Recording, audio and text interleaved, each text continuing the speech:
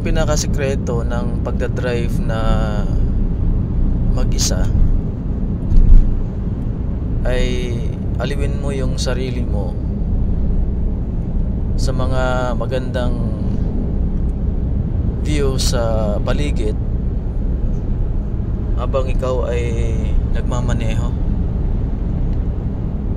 Hindi ka antukin, hindi ka mababagot dahil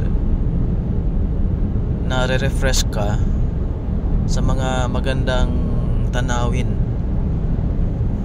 na makikita mo sa iyong paligid. Kaya ito yung aking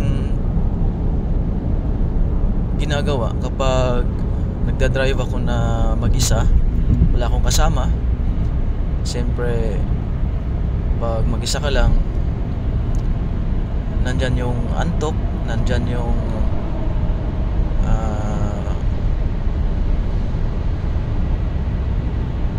hindi ka makapag drive ng maayos dahil inaantok ka, wala kang kausap, wala kang kasama. Kaya dito sa Japan, lalo na kapag long distance ang biyahe, dito kasi maraming tunnels na pwede mong daanan. Katulad nito, nasa tunnel ako ngayon. Kaya aliwin mo na lang yung sarili mo sa mga makikita mo, sa mga dinadaanan mo.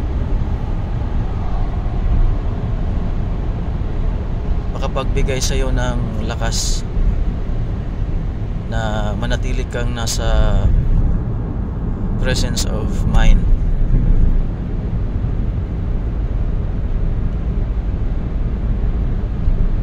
Ang ganda kasi ng place ng Japan, napakalinis, napakaganda.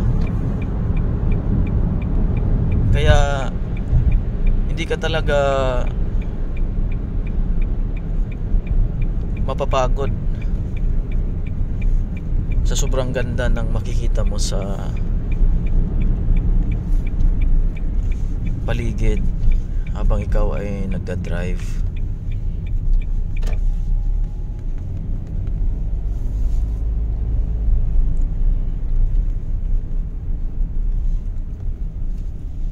Of course, sabayin mo ng pag-ingat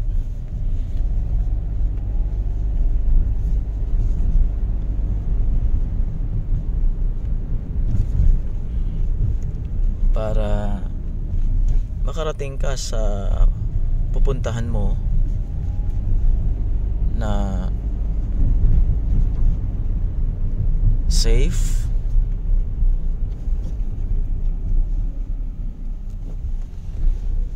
kasi mayroon ding mga masikip na mga daan na pwede mong madaanan.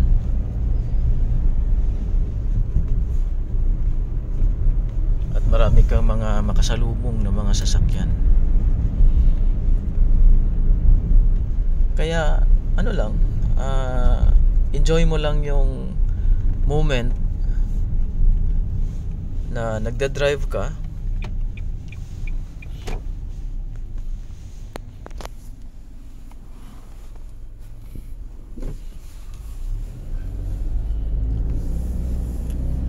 Para hindi ka mapagod.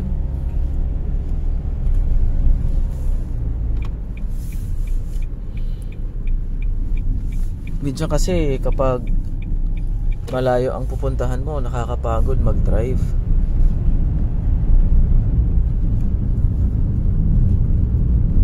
Kaya ang pinaka nararapat mong gawin kapag nag-drive ka, just enjoy yourself while driving sa mga magandang view na madadaanan mo.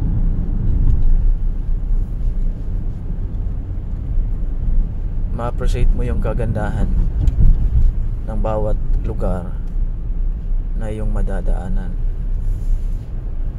Napakaganda ng ginawa ng Panginoon sa mundo. Ma-appreciate mo ang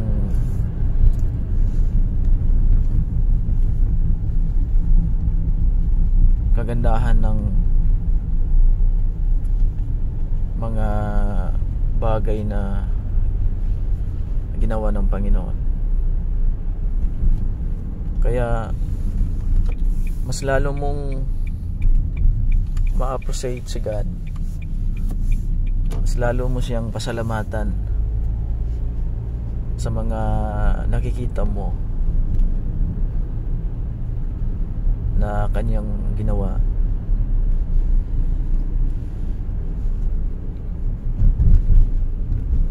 Mas lalo mo siyang purihin, mas lalo mo siyang sambahin, dahil ang lahat ng to ginawa ng Panginoon para sa atin.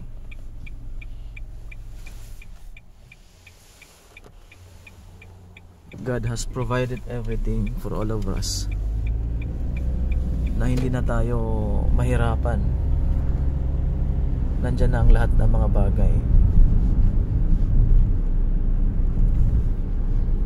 Hintayin na lang natin ang exact time, ang tamang panahon, kung kailan ito darating sa atin, ang mga opportunities, ang mga privileges. For I believe na bawat isa sa atin mayroong mga nakalaan na mga pagpapala ang Panginoon.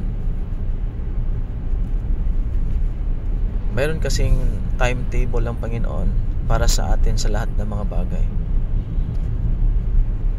Kaya kung hindi pa dumating, wait patiently.